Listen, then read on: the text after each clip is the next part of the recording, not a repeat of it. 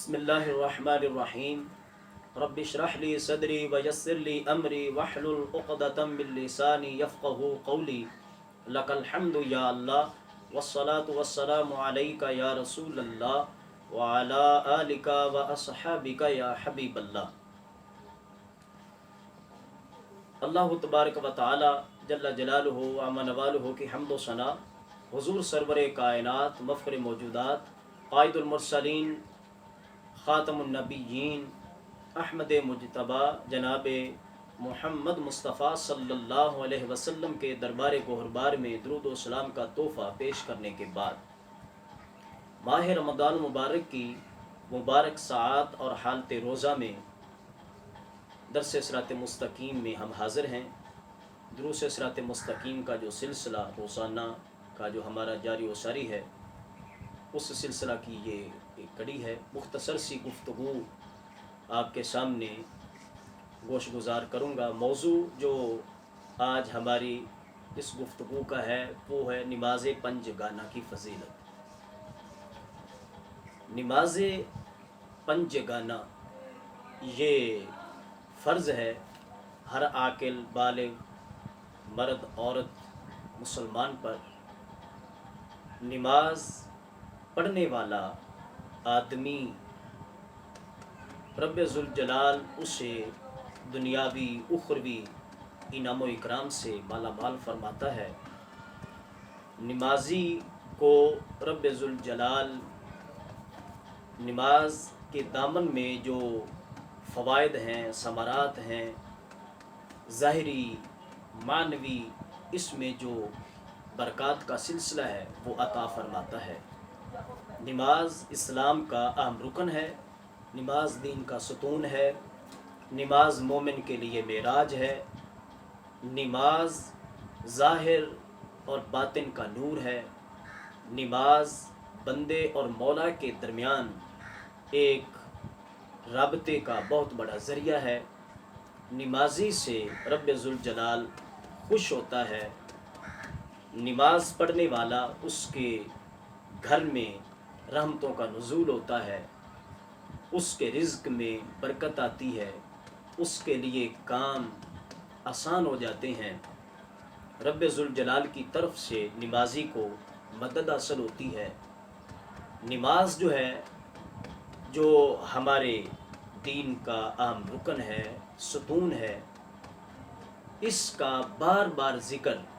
قرآن مجید برہان رشید میں اور احادیث نبویہ صلی اللہ علیہ وسلم میں فرمایا گیا۔ نماز جو فرض ہے، باقی احکام شریعت کے ان کا ذکر قرآن مجید میں یا حدیث شریف میں بار بار اس انداز میں نہیں کیا گیا جتنا نماز کے بارے میں کیا گیا۔ باقی احکام زمین پر رسول پاک صلی اللہ علیہ وسلم پر نازل ہوئے، مگر یہ نماز وہ فرض اعظم ہے اور یہ وہ بڑا محبوب تحفہ ہے جو اللہ نے ہمارے محبوب صلی اللہ علیہ وسلم کو عرش برین پر بلا کر اپنے حرم خاص میں عطا فرمایا۔ نماز کی ادائیگی پر رب ذوالجلال کی طرف سے بے پناہ اجر و ثواب کا سلسلہ ہے۔ قرآن مجید برہان رشید میں اور احادیث مبارکہ صلی اللہ علیہ وسلم میں اسے ذکر کیا گیا۔ ہمارے محبوب آقا صلی اللہ علیہ وسلم نے نماز کی فضیلت کو بیان کرتے ہوئے ارشاد فرمایا،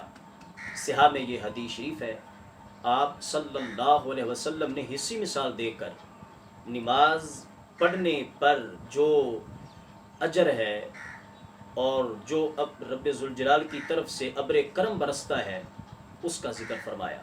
ہمارے محبوب علیہ السلام صحابہ اکرام علیہ رضوان سے فرمانے لگے، لو ان نہرا بباب احدکم یغسل فیہ کل یوم خمسا، فرمایا کہ اگر تم میں سے ہر ایک کے دروازے کے سامنے نہر جاری ہو اور اس میں روزانہ 5 مرتبہ وہ غسل کرے تو بتاؤ هل يبقى من دارنه شيء، جسم پر کوئی میل باقی رہ جائے گی؟ تو صحابہ اکرام علیہ رضوان نے عرض کیا یا رسول اللہ صلی اللہ علیہ وسلم لا یبقى من دارنہ شیء، ایک مرتبہ نہانے سے بدن ستھرا ہو جاتا ہے، صاف ہو جاتا ہے، تو 5 مرتبہ بندہ نہائے اور پھر وہ جاری پانی، کھلا پانی، تو محبوب صلی اللہ علیہ وسلم اس کے جسم پر کوئی میل باقی نہیں رہے گی۔ تو ہمارے محبوب صلی اللہ علیہ وسلم یہ حصی مثال دے کر دیکھو مانوی جو ایک اجر ملنے کا سلسلہ ہے اس کو سرکار نے کس انداز میں سمجھایا۔ سرکار نے فرمایا کذالک مثل الصلوات الخمس، فرمایا میرے صحابہ یہی حال 5 نمازوں کا ہے۔ 5 نمازوں کی پابندی کرنے والا، اس پر محافظت کرنے والا، اس پر مداومت کرنے والا، اور 5 گانہ نماز جو ہے اپنے اپنے وقت میں ظاہری باطنی حقوق اور آداب کا لحاظ رکھتے ہوئے ادا کرنے والا، رسول پاک صلی اللہ علیہ وسلم نے فرمایا کہ اللہ اس نمازی کے گناہ بھی اس بندے سے اس طرح دور فرما دیتا ہے اور اس طرح اس بندے کو گناہوں سے صاف ستھرا فرما دیتا ہے کہ جس طرح یہ نہانے والا بندہ 5 مرتبہ روزانہ اس کا یہ بدن ستھرا ہو گیا، اسی طرح وہ نمازی جو ہے گناہوں سے ستھرا ہو جاتا ہے۔ تو یہ ہمارے محبوب علیہ السلام کا یہ فرمان یعنی اس فضیلت کے لحاظ سے ہمارے سامنے ہے۔ باقاعدہ سرکار کے آگے لفظ ہے یمحو اللہ بہن الخطایا، فرمایا کہ اللہ ان نمازوں کی برکت سے خطائیں معاف فرما دیتا ہے، گناہ معاف فرما دیتا ہے، گناہوں کا میل اس بندے سے دور ہو جاتا ہے اور گناہوں کی جو نحوست ہے رب ذوالجلال اس کو ختم فرما دیتا ہے۔ تو اس طرح نماز کی پابندی پر اس طرح یہ اجر و ثواب ہے۔ اسی طرح محبوب علیہ السلام نے ایک اور روایت میں رسول پاک صلی اللہ علیہ وسلم نے ایک ٹہنی کو پکڑا اور اس سے پتے جھڑنے لگے، چونکہ موسم خزاں تھا، جب اس کو حرکت دی تو پتے اور زیادہ جھڑنے لگے۔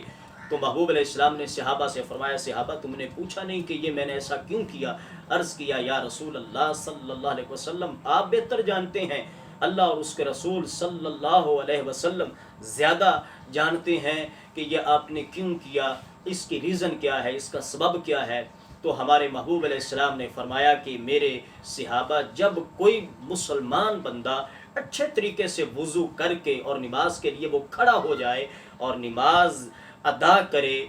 اور 5 گانہ نمازوں کی پابندی کرے، تو ہمارے محبوب علیہ السلام نے فرمایا اس کے گناہ اس طرح جھڑتے ہیں جس طرح یہ درخت کے پتے جھڑ رہے ہیں۔ تو موسم خزاں میں ہم دیکھتے ہیں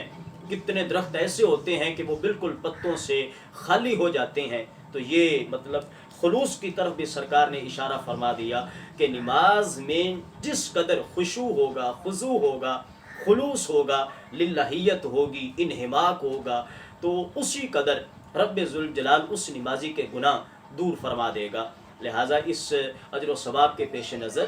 ہم سب کو چاہیے ماہ اصلاح، ماہ انقلاب،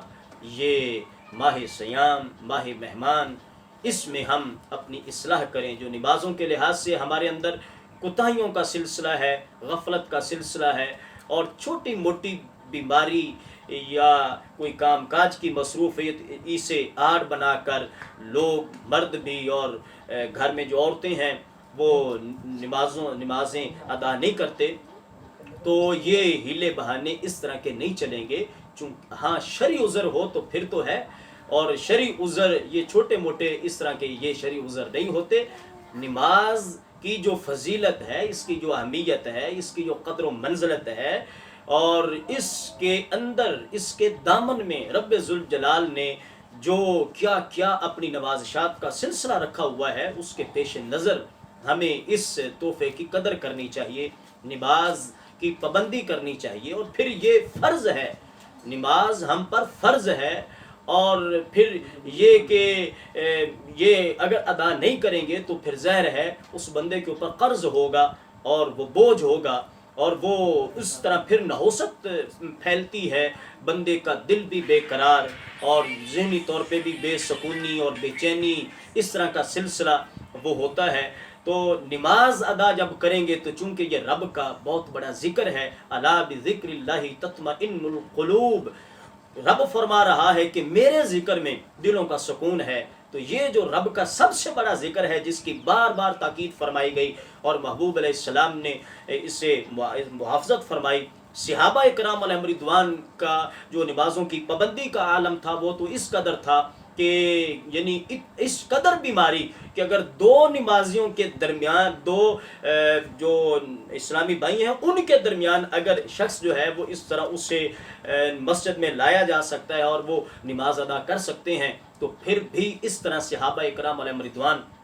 نماز ادا کرتے تھے. تو اب دیکھنا چاہیے کہ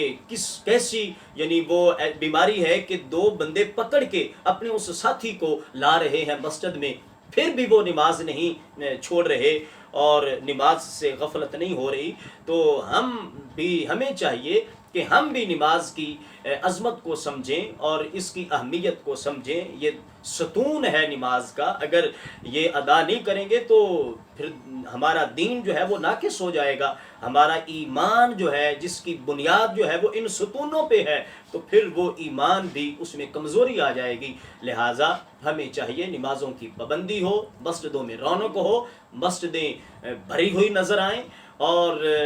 مسلمان بہنیں جو ہیں وہ اپنے گھر میں باپردہ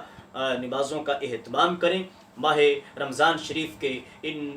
پرکیف لمحات میں دعا ہے رب ذوالجلال ہم سب کی حاضری قبول فرمائے. وآخر دعوایا ان